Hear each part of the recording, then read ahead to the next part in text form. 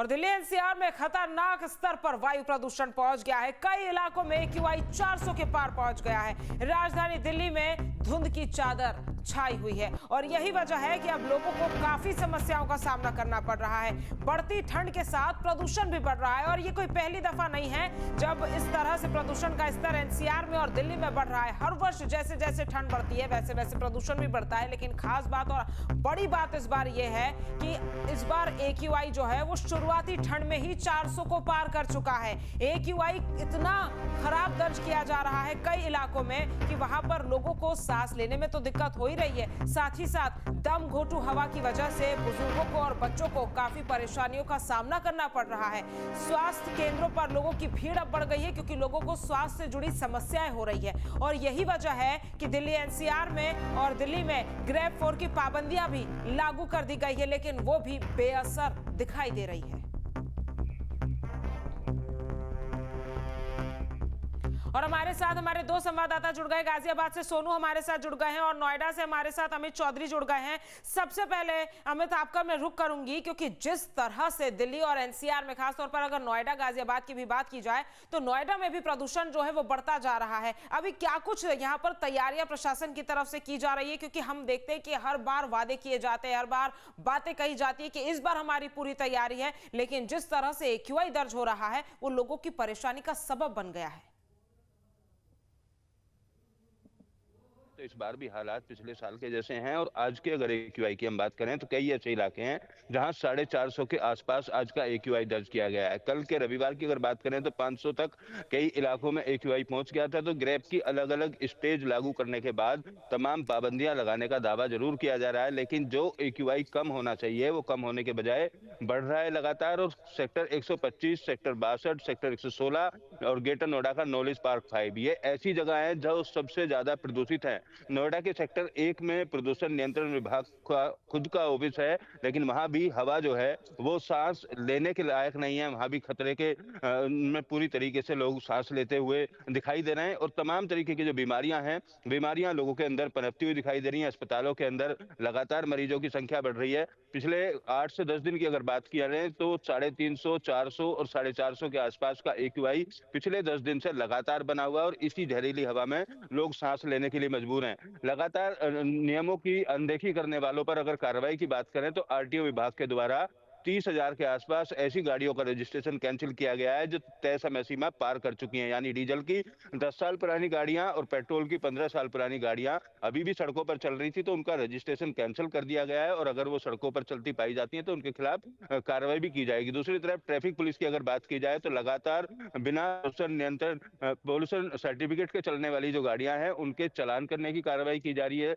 जो सीसीटीवी कैमरे लगाए गए हैं उनकी मदद से भी और मैनुअल भी चालान करने की कार्रवाई की जा रही है, लेकिन जो पोल्यूशन है उसमें कमी दर्ज नहीं की जा रही है। लगातार इसी तरीके के हालात बने हुए हैं। लोगों की गले में दिक्कत, आंखों में जलन की शिकायतें लगातार सामने आ रही हैं और प्राधिकरण की तरफ से दावा यही किया जा रहा है। रोज सैकड़ों किलोमीटर की सड़कों पर पानी का छिड़काव किया जाता है। तमाम कंस्ट्रक्शन जो साइड है उन पर जुर्माना लगाने की भी कार्रवाई की जा रही है, लेकिन अभी भी जिस तरीके से काम होना चाहिए प्रदूषण को रोकने में उस तरीके से शायद काम नहीं हो पा रहा है, जिसका साफ तौर पर देखा जा रहा है कि पोल्यूशन के लेवल में तमाम पाबंदियों के बाद भी कमी दर्ज ना होना, तो उचित कदम उठाने की अभी जरूरत है। प्रशासनिक अधिकारियों को, जो भी संबंधित अधिकारियां हैं उनको ठोस कदम उठाने चाहिए। जिस तरीके से हम पिछली बार भी चर्चा कर चुके हैं कि सड़कें बहुत ज्यादा टूटी हुई हैं, कई जगहों पर जाम कई जगह लगता है, तो जाम जब तक लगना वो बंद नहीं होगा, टूटी हुई सड़कों की मरम्मत नहीं होगी या निर्माणाधीन साइडों पर उड़ने वाली जो धूल है उसको रोकने में कामयाब नहीं रहेंगे, तो पोल्यूशन के लेवल में इसी तरीके से इजाफा लगातार देखने को मिलेगा। और संकेत इस तरीके के दिखाई दे रहे हैं कि इस वीक में 500 का आंकड़ा भी पार एक्यूआई कर सकता है। उसके बाद में तमाम और पाबंदियां बढ़ाई जाएंगी। गाड़ियों की एंट्री दिल्ली में बंद कर दी जाती है हर साल के मुताबिक, तो पाबंदी लगने के बाद भी एक्यूआई कम ना होना एक चिंता का विषय बना हुआ है। जी सोनू भी हमारे साथ बने हुए हैं। सोनू, गाजियाबाद में किस तरह से अभी स्थिति है और आज कितना एक्यूआई गाजियाबाद में दर्ज किया गया है? देखिए, जिस तरीके से लगातार सर्दियाँ जैसे जैसे बढ़ रही हैं तो जो हालात हैं वो बद से बदतर होते जा रहे हैं। बात करें एक्यूआई की तो एक्यूआई 400 के पार देखा जा रहा है, कहीं कहीं 400 के पार है। और बीते दिनों भी जो एक्यूआई का लेवल है वो काफी बढ़ गया था, जिससे काफी काफी दिक्कतों का सामना करना पड़ रहा है। हालांकि प्रशासन काफी कोशिश कर रहा है कि जो एक्यूआई का लेवल कम हो, क्योंकि जिस तरीके से लोगों को पोल्यूशन बढ़ने से काफ़ी समस्या हो रही है, तो लोग कहीं न कहीं जो प्रशासन है पूरी मुस्तैदी से जुटा हुआ है, क्योंकि दिल्ली से सटा गाज़ियाबाद है, औद्योगिक क्षेत्रों में आता है। काफ़ी कंपनियाँ हैं जो औद्योगिक क्षेत्र हैं, तो उनसे भी निकलने वाले धुएँ पर भी पाबंदी लगाने की कोशिश की जा रही है, क्योंकि ग्रैप लागू किया गया है। जगह-जगह जो टीमें बनाई गई हैं, क्योंकि अभी बीते दिनों ब्रीफिंग की थी, ब्रीफिंग के दौरान टीमें बनाई गई थी कि सभी अपने क्षेत्रों में निगाह बनाकर रखें, जिससे बढ़ते एक्यूआई पर अंकुश लगाया जा सके, क्योंकि लगातार जिस तरीके से पोल्यूशन का लेवल बढ़ता जा रहा है, बेहद खतरनाक है, जो लोगों के लिए काफ़ी हानिकारक है। वहीं स्वास्थ्य विभाग की बात करें तो अ, जो जिला अस्पताल है उसमें भी ओपीडी की संख्या काफ़ी बढ़ गई है। जो लोग सांस के मरीज काफ़ी संख्या में पहुँच रहे हैं, क्योंकि पोल्यूशन से सबसे ज़्यादा दिक्कत सांस के मरीजों को होती है। वहीं जो लोग मॉर्निंग वॉक करने जाते हैं उनको भी स्पष्ट रूप से जो स्वास्थ्य विभाग की तरफ से कहा गया है कि कोशिश करें कि मॉर्निंग वॉक सुबह-सुबह करने से बचें, क्योंकि हेल्दी सीजन होता है सर्दियों का, तो ज़्यादातर लोग मॉर्निंग वॉक करते हैं सुबह-सुबह। पर वहाँ फिलहाल अभी जो चिकित्सा विशेषज्ञ हैं उनका कहना है कि फिलहाल जो सुबह का समय है वो मॉर्निंग वॉक करने से बचे, क्योंकि सबसे ज़्यादा जो एक्यूआई का लेवल होता है वो सुबह के समय ज़्यादा होता है। तो कोशिश ये की जाए कि जब धूप निकले उसके बाद ही थोड़ा सैर के लिए निकलें, अन्यथा घर से ना निकलें, और जिनको सांस की समस्या है वो मास्क लगाकर निकलें। तो बात की जाए तो हुँ। इस समय जो हालात हैं वो बद से बदतर हैं। दम घोंटू हवा में लोग जी रहे हैं, क्योंकि दिल्ली बिल्कुल, दम घोंटू एनसीआर में हवा में सबसे लोग जी ज़्यादा रहे हैं और यही पॉल्यूशन वजह है कि लगातार हाल जो है वो बेहाल हो रहे हैं। लेकिन अमित, एम्स के डॉक्टर की अगर माने तो उनका ये कहना है कि ये मेडिकल इमरजेंसी घोषित उन्होंने कर दी, क्योंकि जिस तरह से दिल्ली में और एनसीआर में प्रदूषण बढ़ रहा है और लोगों के स्वास्थ्य पर इसका असर पड़ रहा है। ये भी कहा जा रहा है, कई स्टडीज ऐसी सामने आई है जिसमें कहा जा रहा है कि 4 से 5 साल दिल्ली में रहने वाले लोगों की उम्र भी कम हो रही है, जिस तरह का वातावरण हम यहाँ पर देख पा रहे हैं।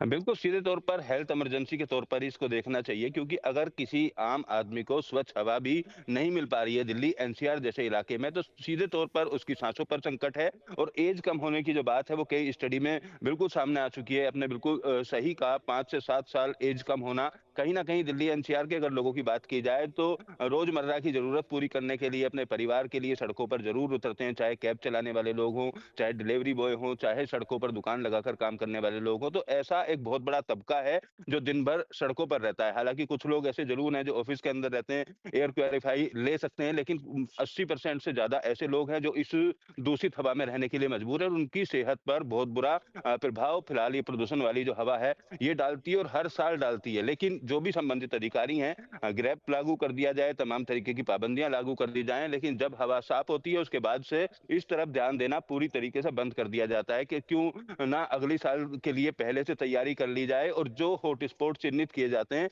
उन हॉट स्पॉट के आसपास ऐसा क्या कारण है जिस कारण को खत्म करने के बाद जो दूषित हवा है उसको शुद्ध किया जा सकता है, तो उस पर काम ना होना कहीं ना कहीं इस तरीके के हालात, मेडिकल इमरजेंसी जैसे हालात हर साल हुँ। सर्दियों की शुरुआत में दिल्ली एनसीआर में बनते हुए नजर आते हैं। एक तैयारी के साथ एक पूरी टीम बनाकर अगर काम किया जाए पोल्यूशन के खिलाफ, तो शायद स्वच्छ हवा दिल्ली वाले लोगों को मिल सके, लेकिन संबंधित अधिकारियों की कहीं ना कहीं लापरवाही हाँ, इसमें बिल्कुल साफ अमित, सीधे इसमें तौर पर तमाम देखी जाए। चीजें अधिकारियों के साथ-साथ दिल्ली एनसीआर में रह रहे लोग, एक कोऑर्डिनेशन की जरूरत है और उसके बाद ही कहीं ना कहीं एक हल जो है वो इस समस्या का निकल सकता है। आप दोनों का हमारे साथ जुड़ने के लिए, तमाम जानकारी हम तक सब पहुंचाने के लिए बहुत-बहुत धन्यवाद। जहां भक्ति है हर शब्द में, कथाओं में छिपे हैं दिव्य रहस्य और ज्योतिष देता है जीवन को दिशा। धर्म से जुड़ी हर बातों को जानने के लिए हमारे चैनल स्तुति को सब्सक्राइब करें।